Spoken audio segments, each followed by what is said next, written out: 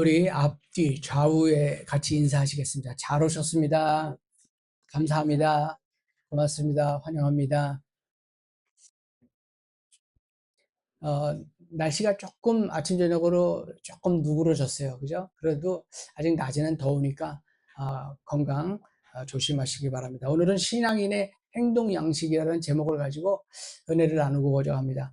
북왕국 이스라엘이, 그러니까 이 이스라엘이 처음에 사울 왕과 그 다음에 다윗 왕, 그리고 그 아들 솔로몬 왕이 되었고, 솔로몬 왕 때에 이스라엘이 두 개로 나뉩니다.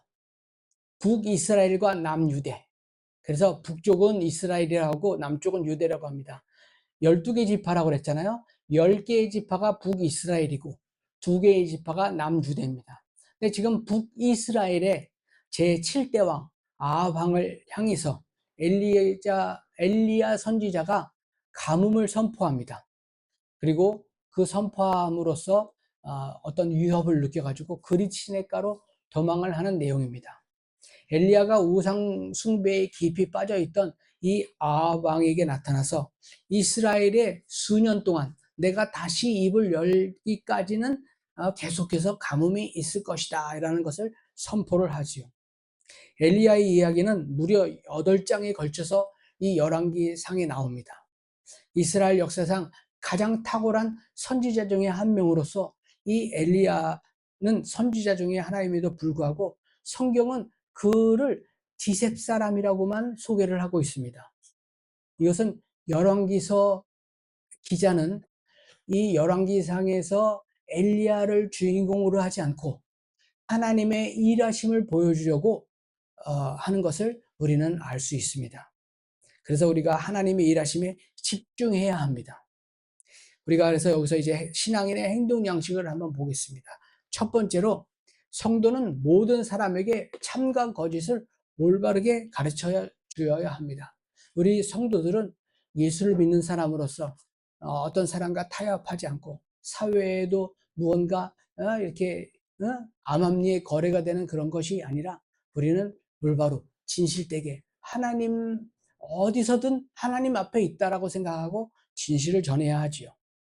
1절에 보면 이제 그 길르앗의 디셉에 사는 디셉 사람 엘리야가 이제 아합에게 말합니다. 내가 섬기는 주 이스라엘의 하나님의 이름으로 그 하나님의 사심으로 내가 맹세를 한다. 가뭄이 있을 것이다. 그 얘기를 합니다. 비는커녕 이슬 한 방울 내리지 않을 것이다 라고 합니다. 성경에서 누군가를 소개하는 방식은 대개 그의 출신지보다는 아비의 이름이나 또 어떤 조상의 이름을 넣어서 표현을 하지만 이 엘리야는 단순하게 딱 하나 디셉 사람 엘리야밖에 소개를 하지 않습니다. 아주 그 평범한 사람이라는 것이죠. 그럼에도 엘리야의 선포는 아합 왕과 이스라엘 백성들이 하나님을 버리고 우상 숭배라는 바알신을 섬기는 그 바알신이 거짓된 신임을 밝히며 거기서 거짓이라고 선포를 하는 것이죠.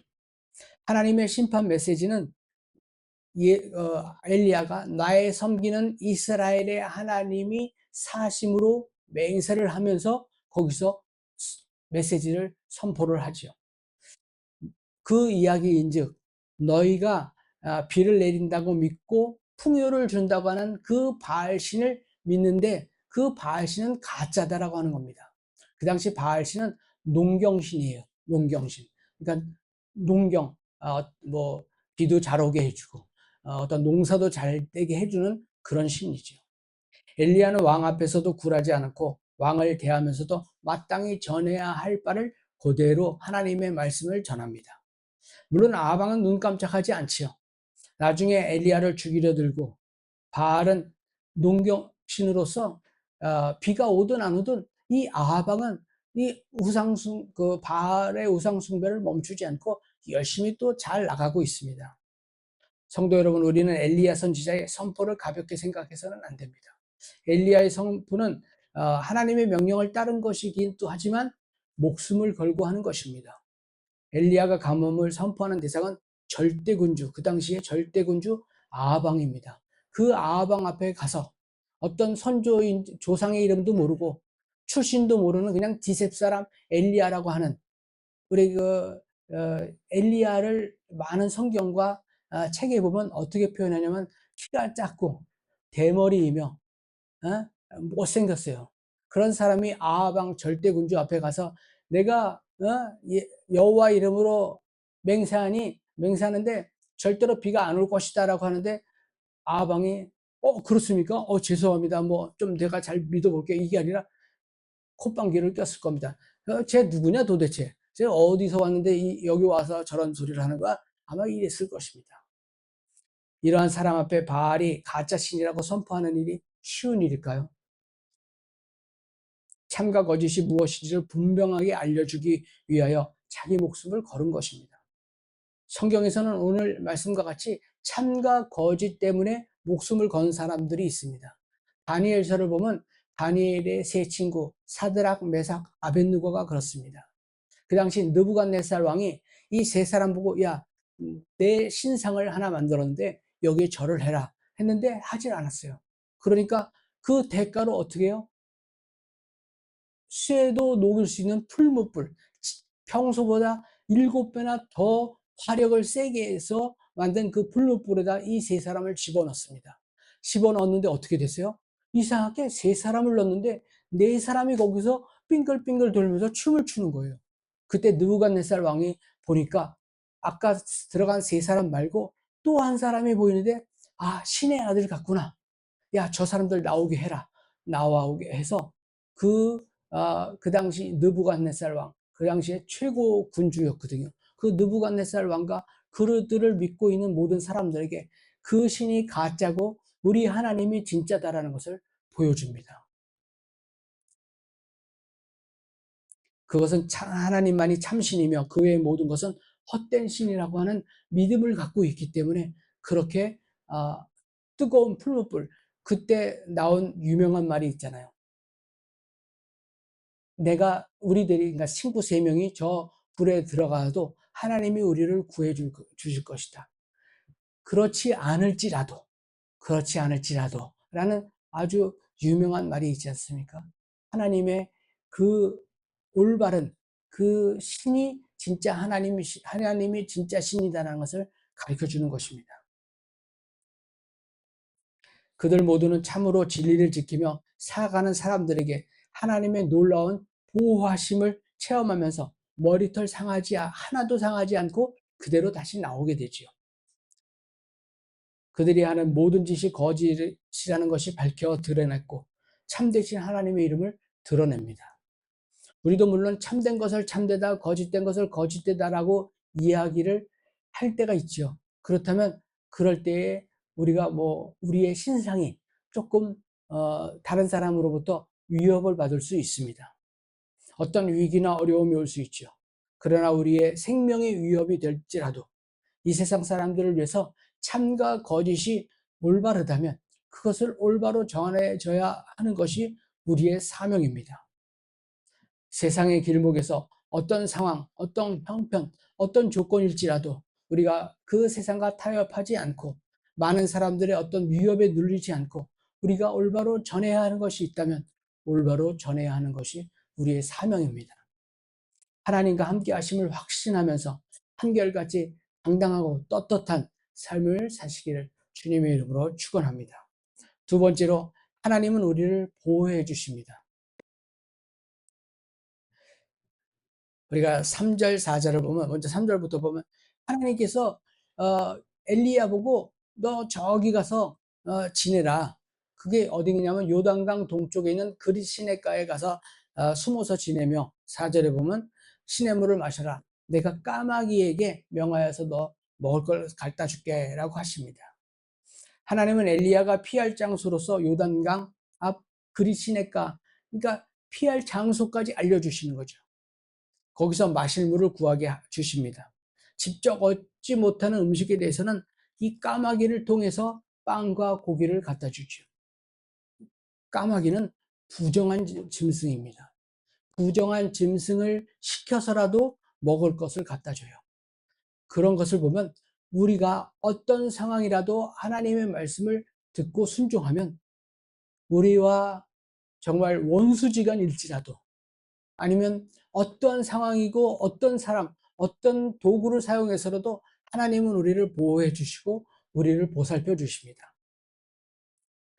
우리가 어디에 있든지 마실 것이든 먹을 것이든 한 가지 한 가지 세밀하게 준비하시고 예비하시는 이 하나님의 모습을 우리는 여기서 볼 수 있습니다. 얼마나 자상하게 우리들을 보호하시고 필요한 것을 공급하시는지를 알 수 있습니다. 오늘 말씀에서 하나님의 보호를 나타내 주는 말이 이 4절에 어,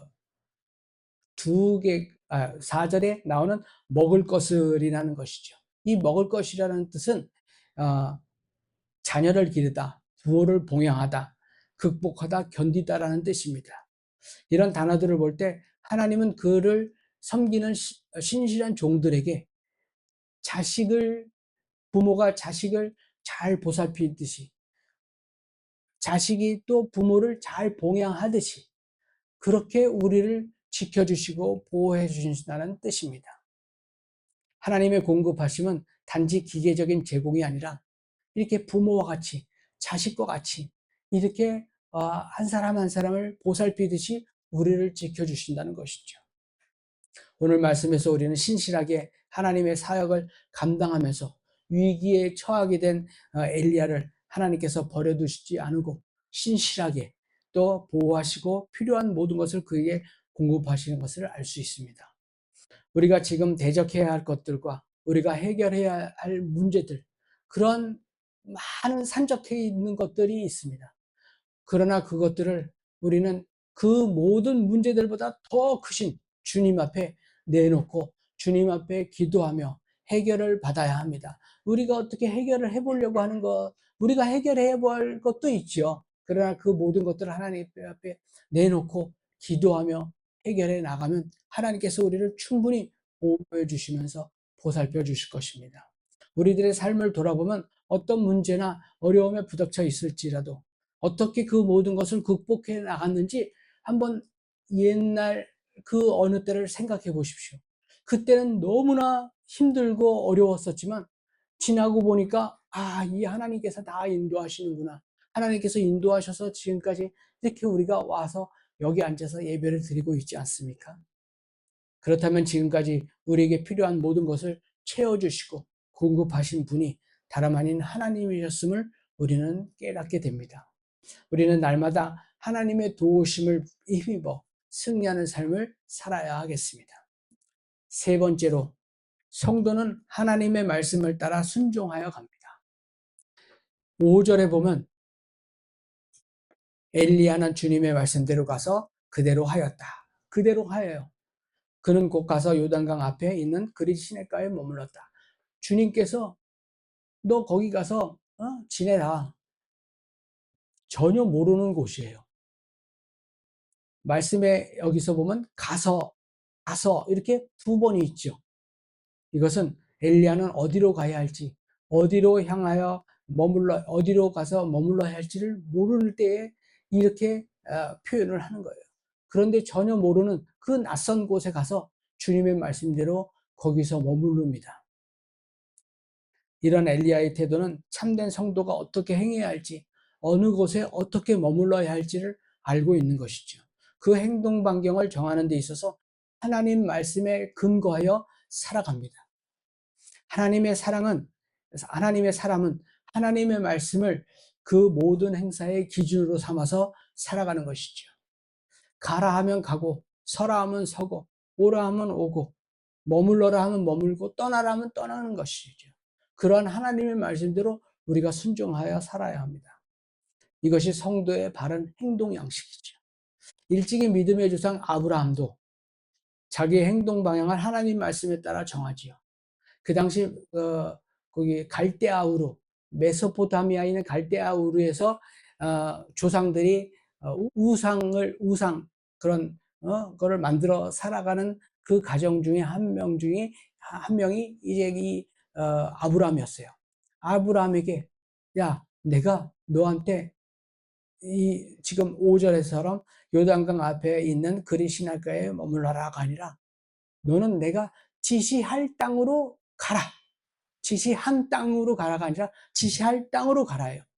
그러니까 무조건 나왔습니다, 거기서. 그게 창세기 12장부터 있는 이 아브라함의 역사가 되는 거죠. 전혀 모르는 땅으로 갑니다. 그 당시 전혀 모르는 땅에 가는 것이 얼마나 위험합니까? 산짐승의 위협, 동족의 위협, 또 많은 이 마적, 도적들의 위협도 있지 않겠습니까? 거기서 나오는 거죠.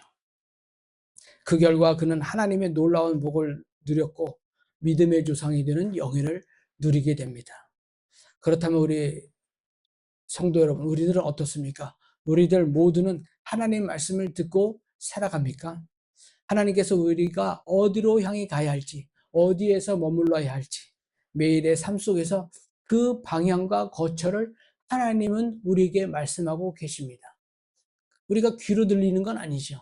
우리의 마음의 소리, 어떤 양심의 소리나 아니면 말씀을 읽다가 순간 감동되는 소리가 있지요.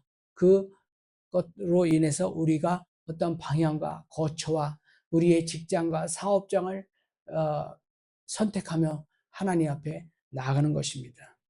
지금 우리들의 삶의 여러 가지 길 가운데 우리가 지금 어떤 길을 택하였고 어디에 머물러 있는지 다시 한번 잘 점검해 보시고 되돌아보시기 바랍니다.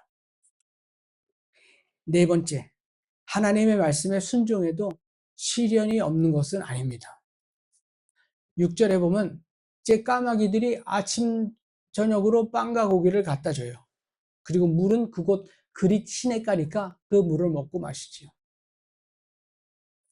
근데 이제 그 땅에 비가 내리지 않으로 얼마 안 있어서 가뭄이 돼서 시냇물까지 말라버립니다. 아까 아하방에게 엘리야가 여호와의 사심으로 내가 맹세하니 비가 오지 않을 것이다. 비는커녕 이슬 한 방울도 오지 않을 것이다 라고 했잖아요. 지금 기근이 생긴 거예요. 당장 먹을 물이 없어진 것이죠. 엘리야는 아하방에게 심판 메시지를 선포하고 그의 핍박을 피해서 여기 왔는데, 그것도 하나님이 지정해 주신 이 그리시네가에 왔는데 가뭄이 계속되면서 시내의 물도 말라갑니다. 물이 말라버린 것은 거기서 살 수 없다는 것이지요. 우리가 하나님께서 야 너 그거 해라라고 해서 했는데 아주 뭐 평탄대로로 탄탄대로로 쫙 고속도로를 달리듯이 가는 것이 아니라 무언가 큰 고난이 폭 오고 또 오른쪽에서 오고 왼쪽에서 오고 위에서 막 떨어지고 그럴 때가 있는 것이지요. 그렇다면 우리가 생각해 봐야 할 것은 엘리야가 피한 곳은 하나님이 명한 곳이었지만 하나님이 거하라고 하신 것이지요. 그렇다면 하나님께서 피할 길도 우리에게 다 주시는 것이지요. 그렇게 조금씩 조금씩 우리가 살아가면서 어떤 상황에 처해서 내가 어떻게 하느냐에 따라서 하나님이 우리를 좀 더 하나님 쪽으로 향해서 업그레이드 되면서 좀 더 우리가 성숙해져가는 신앙인이 되는 것입니다. 이는 곧 하나님의 말씀을 따라가는 삶이며 평화와 안전만이 있는 것이 아니며 극심한 어려움이 있을 수 있는 것이죠. 그 극심한 어려움을 하나님께서는 다 피할 길을 마련까지 해주시면서 너 조금씩 조금씩 나에게로 걸어와라. 어려움이 있고 힘든 일이 있어도 그것을 걸어오는 것이죠. 우리 부모들이 어린아이들이 걸음마 할 때 야, 너 걸음마 너무 힘드니까 내가 다 손잡아주고 넘어지지 않게 다 이렇게 해줄게. 그래 보세요. 그 아이가 제대로 걸을 수 있겠습니까? 나중에 아이가 걸음마를 뛰기 위해서 넘어지는 게 수천 번이라잖아요. 그러한 것을 거치면서 정말 걷는 것이죠. 그렇다면 우리도 하나님께서 명하라 하신 곳에 가서 거기서 살았는데 하나님이 명하라 하신 곳에 있는데 이런 어려움과 저런 어려움과 고난과 고통이 자꾸만 와요. 그렇다면 그거는 하나님께서 우리에게 더 큰 복을 주시고 더 큰 뭐 어떤 영광의 자리로 인도하시기 위해서 주시는 거죠. 그렇다면 한 걸음 한 걸음 하나님 앞에 우리가 믿음을 가지고 나아간다면 더 현재의 영광보다 나중 영광이 더 크실 것입니다. 하나님을 섬기며 하나님 말씀에 순종하여 살아가는 성도에게 그리시나이가에 머무르는 것은 엘리야 선지자에게 그 시냇물이 말라버린 것 같은 고난이 찾아올 수 있습니다. 하나님을 믿고 그분의 말씀에 순종하기만 하면, 고난은 없고 형통과 번영만 있다면 그건 올바른 성도가 될 수 없습니다. 어린아이들이 걸음마를 제대로 배우려면 넘어져야 하는 것이죠. 우리가 제대로 세상에서 살아가면서 주님 앞에 믿음을 가지고 살아가기 위해서는 시련이 있어야 하는 것이죠. 어떤 사람들은 신앙으로 인해 고난이 찾아오면 하나님이 어디 있느냐 불평불만하고 혹시 신앙을 버리는 경우도 있지요. 물론 하나님을 섬기며 순종하는 자에게 복을 약속하신 것은 사실입니다. 그러나 하나님은 당신을 섬기면 고난이 없을 것이라고는 말씀하시지 않았습니다. 오히려 사단이 공중 권세 잡은 세상에서 믿음을 지키기 위해서 반드시 고난을 겪을 수밖에 없음을 우리에게 시사해 줍니다. 오늘 말씀도 하나님을 섬기며 따르는 자들에게 고난과 시련이 올 수 있다는 것을 말씀하고 계십니다. 이와 같은 사실은 성경이 우리에게 일관되게 전해주는 진리입니다.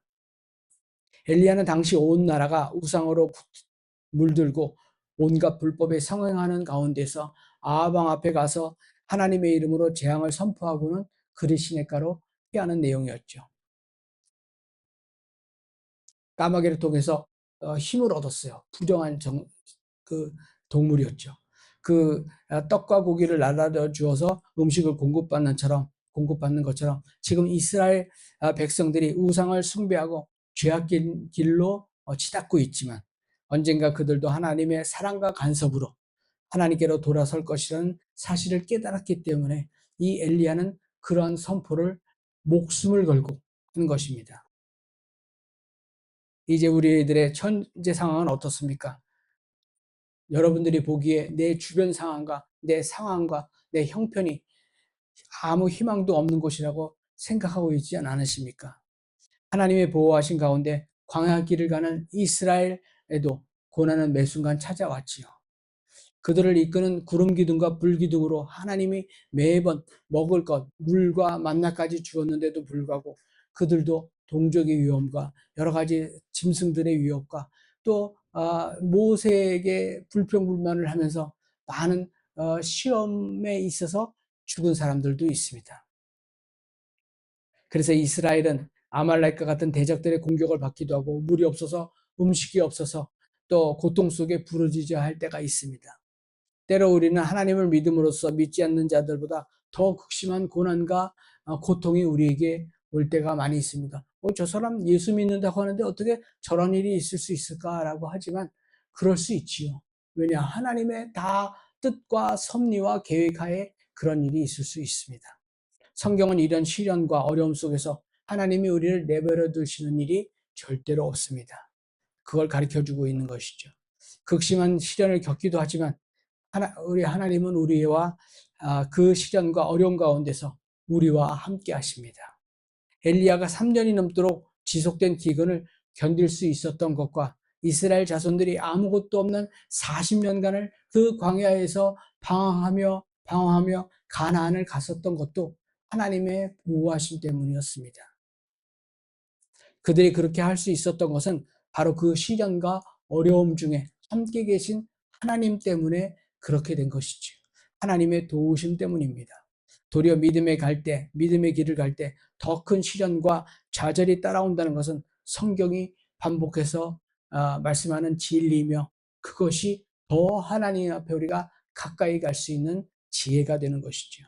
실제 우리들의 삶 속에 어떠한 고난과 시련이 닥쳐온다 할지라도 좌절하거나 낙심하지 말고 그 상황 속에서 그 시련을 극복할 수 있도록 하나님 앞에 더욱 기도하며 보살피시고 또 우리를 긍휼히 여겨주시고 우리와 함께 하시는 그 하나님과 함께 하시면서 그 신실하신 하나님의 능력을 더 분명하게 체험하시기를 주님 이름으로 축원합니다.